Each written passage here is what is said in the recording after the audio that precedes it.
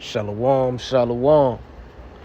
First off, I want to give all the honor, all the glory, and all the praise to Yahweh, Bahashim, Yahweh Shai, Bahashim, Rachah Kodash, double honors to the apostles and elders of Great Millstone who rule well and teach well, whose labors we have entered into. Shalom to the elect, and to all the brothers and sisters tuning in. May this lesson be edifying.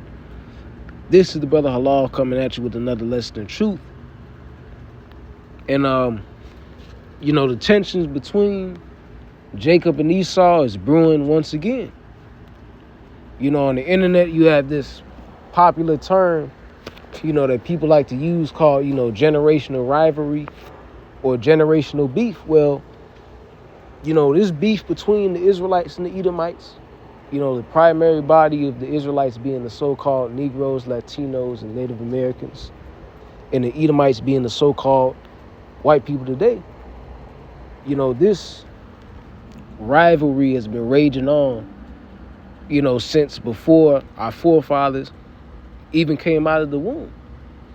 And in these last days, as Esau Edom sees his kingdom going down as a result of, men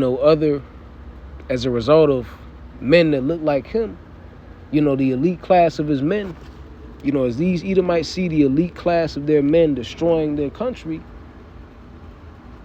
that natural hatred that they have of Jake is going to come out. And they're going to attack Jake. Jake is going to fight back. And once again, man, the generational rivalry continues. But without further ado, I'm going to let this video play. It says, breaking news, fear grows as a 6-foot burning cross in downtown Chicago appears in a viral video.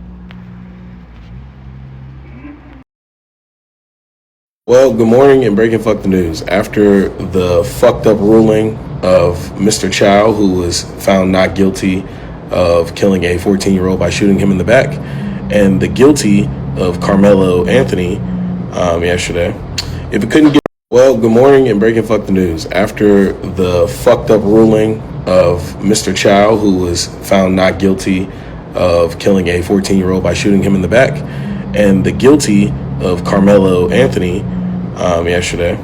If it couldn't get any worse, police in Chicago are investigating how a 6-foot burning cross came to be in a park in downtown section of the city on Tuesday. A viral video, which is sweeping the internet, taken by a driver showed the cross long associated with the terrorist organization, the coup, engulfed in Grant Park on the shores of Lake Michigan. The Chicago Fire Department later confirmed that they extinguished the cross. Officials have said there are no reports or injuries resulting in the incident. But now Chicago is at fear of a hate crime.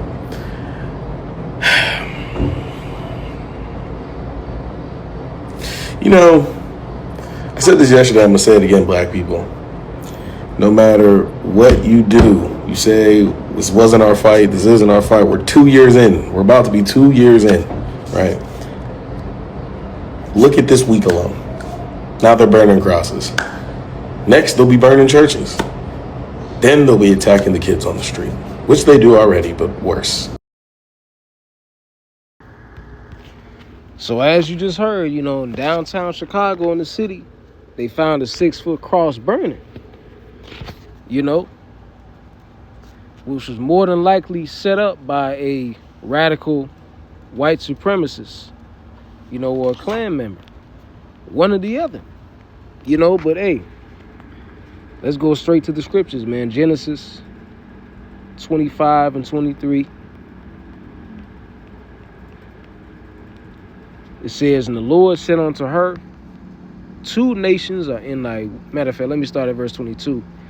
And the children struggled together within her, talking about Jacob and Esau. Before they came out the womb, they were already struggling. It was the war going on, within the womb of Rebekah. It says, if it be so, why am I thus? And she went to inquire of the Lord. And the Lord said unto her, 2 nations are in thy womb, and 2 manner of people shall be separated from thy bowels. And the one people shall be stronger than the other people, and the elder shall serve the younger. And when her days to be delivered were fulfilled, behold, there were twins in her womb. The first came out red all over like a hairy garment, and they called his name Esau. And after that his brother came out, and his hand took hold on Esau's heel, and his name was called Jacob. and Isaac was 80 old when she bare them. So this is the story of how, our forefather Jacob was born, and how our, arch enemy and brother Esau was born into the earth as well. And before they even made it out the womb, they were already struggling within her, meaning what? That they were fighting. Two babies wrestling around and, grappling the best way that they can inside the womb, inside an enclosed space, Inside of the womb of this woman, these two babies were fighting before they even came out. This is a generational rivalry, literally. And it's been raging on for all these years, and it won't stop until our Lord Yahweh Shai comes back and gets us, man. And we prevail over our enemy, permanently. And looking throughout, history, whether it be, the wars between Esau and, Gad and Reuben, the so-called native tribes, when Esau arrived to America, whether it be, Levi versus Esau, the so-called Haitian rebellion against the French, the Edomites, when Levites were, chopping Edomite heads off and using that wicked-ass voodoo.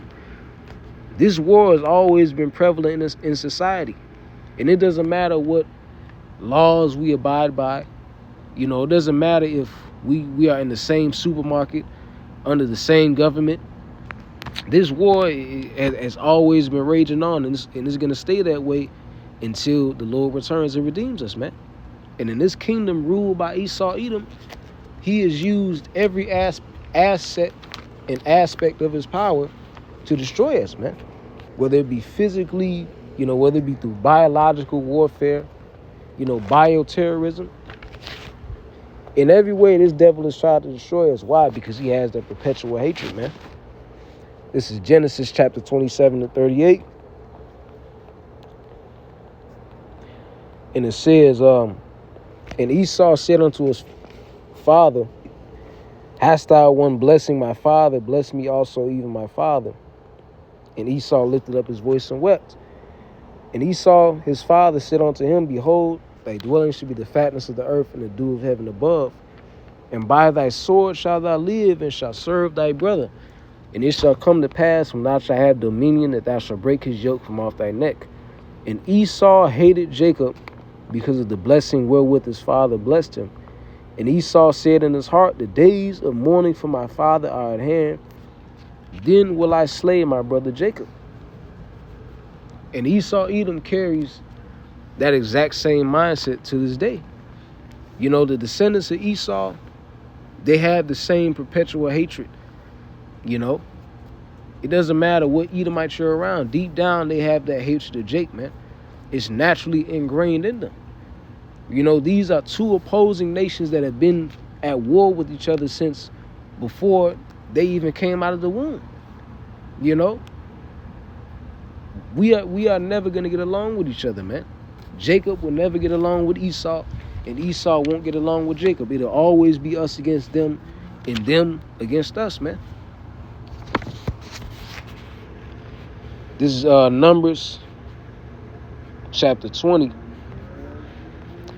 and verse 14, and it says, and Moses sent messengers from Kadesh unto the king of Edom, saying, thus saith my brother Israel, thou knowest all the travail that had befallen us, how our fathers went down into Egypt, and we have dwelt in Egypt a long time, and the Egyptians vexed us and our fathers. And when we cried unto the Lord, he heard our voice, and sent an angel, and have brought us forth out of Egypt. And behold, we are in Kadesh, a city of the uttermost of thy border. Let us pass, I pray thee, through the country. We will not pass through the fields or through the vineyards, neither will we drink of the water of the wells. We will go by the king's highway. We will not turn to the right hand nor to the left until we have passed by thy borders. So, Moses, and the rest of his people, because of a lack of water, they came, to the land of Edom, and they told them, let us pass through your fields and the vineyards, and said that they wouldn't even drink of the water, but will pass through the borders. And what did Esau say? It says, and Edom said unto him, thou shalt not pass by me, lest I come out against thee with the sword. And the children of Israel said unto him, we will go by the highway, and if I and my cattle drink of thy water, then I will pay for it. I will only without doing anything else go through on my feet. And once again, what did Esau do? And he said, thou shalt not go through. And Edom came out against him with much people and with a strong hand. Thus Edom refused to give Israel passage through the border, wherefore Israel turned away from him. So these devils are going to hate Jake no matter what. It doesn't matter if you're, what you would call a law-abiding citizen, a so-called righteous person according to this world standards. Esau, Edom is always going to have that hatred, man. And he's going to slander you behind your back. Why? Because Esau, Edom naturally has that hatred, man. Yahweh Ba'Shem Shai created two opposing forces in the earth, man. And he never meant for us to get along with them or for them to get along with us. Although, you know what I'm saying, certain Edomites may so-called like you, although, Jake be having their way with the Edomite woman, hey, at the end of the day, this is a generational rivalry, man. I wanted to play this this video, the father of Austin Metcalf. If you've been watching the news, you know that there was this, 17-year-old Edomite boy or Edomite male by the name of Austin Metcalf that was slain by this Jake by the name of Carmelo Anthony. The Jake ended up getting 35 years in jail. But nonetheless, there's a video of his father, speaking on these Jakes in the world and what they've been saying concerning the case of Carmelo Anthony. Saying that it was an all-white jury and that's the reason why Carmelo Anthony got 35 years in jail. But let's hear what this Edomite has to say concerning you Israelites, man. Jurors. You know why? Because you can't be unbiased, you dumb If you answer the question, I can't send a black man to jail because he's black, you're not getting on the jury. You're so unintelligent, you can't even fill out a form correctly. You don't even know who your daddy is because 78% of you don't have your father in the home anymore.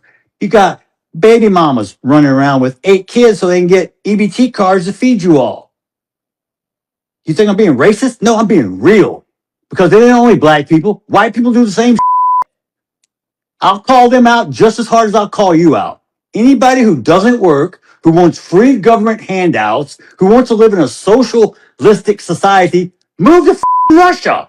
And normally, I don't normally attack people like this, but I have been cooped up and caged up in this anger. And this is something I'm trying to work on. I need to develop it and funnel it into a more constructive way. But tonight is the one time I'm going to allow myself. It's okay.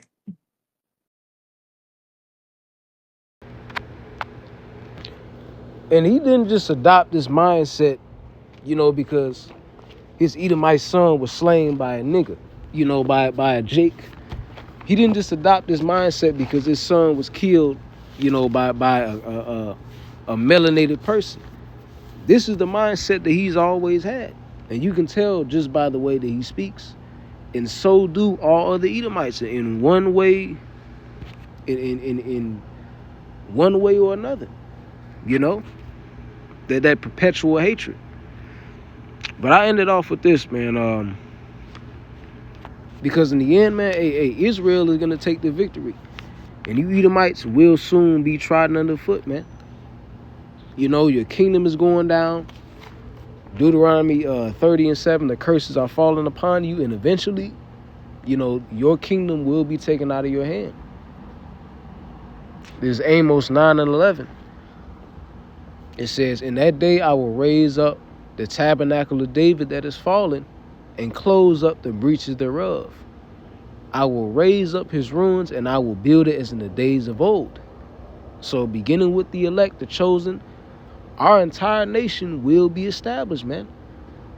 You know, even though we live in this fucked up condition, although you do have, you know, the YNs running around causing chaos and mayhem, the Lord made a covenant with us, whether you Edomites like it or not, in which, you know, most don't.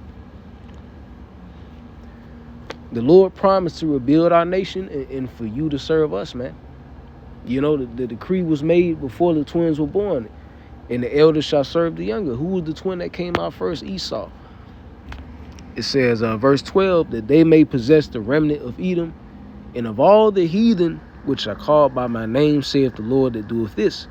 Behold, the days come that the plowman shall overtake the reaper, and the treader of grapes him that soweth seed, and the mountains shall drop sweet wine, and the hills shall melt. And you know the dynamic between the plowman and the reaper. The plowman is what? The one that does what the name says, plowing, you know, tilling the earth. You know, matter of fact, let's go into the word. Plowman, it says, karash, to plow in and grave. It says, oh yeah, when you go down here, it says what? To practice secretly, to keep silence, to be silent, speak not a word, be still, hold that tongue. And, you know, us Israelites spiritually, you know, we represent the plowman, and physically as well. You know, we represent the laborers.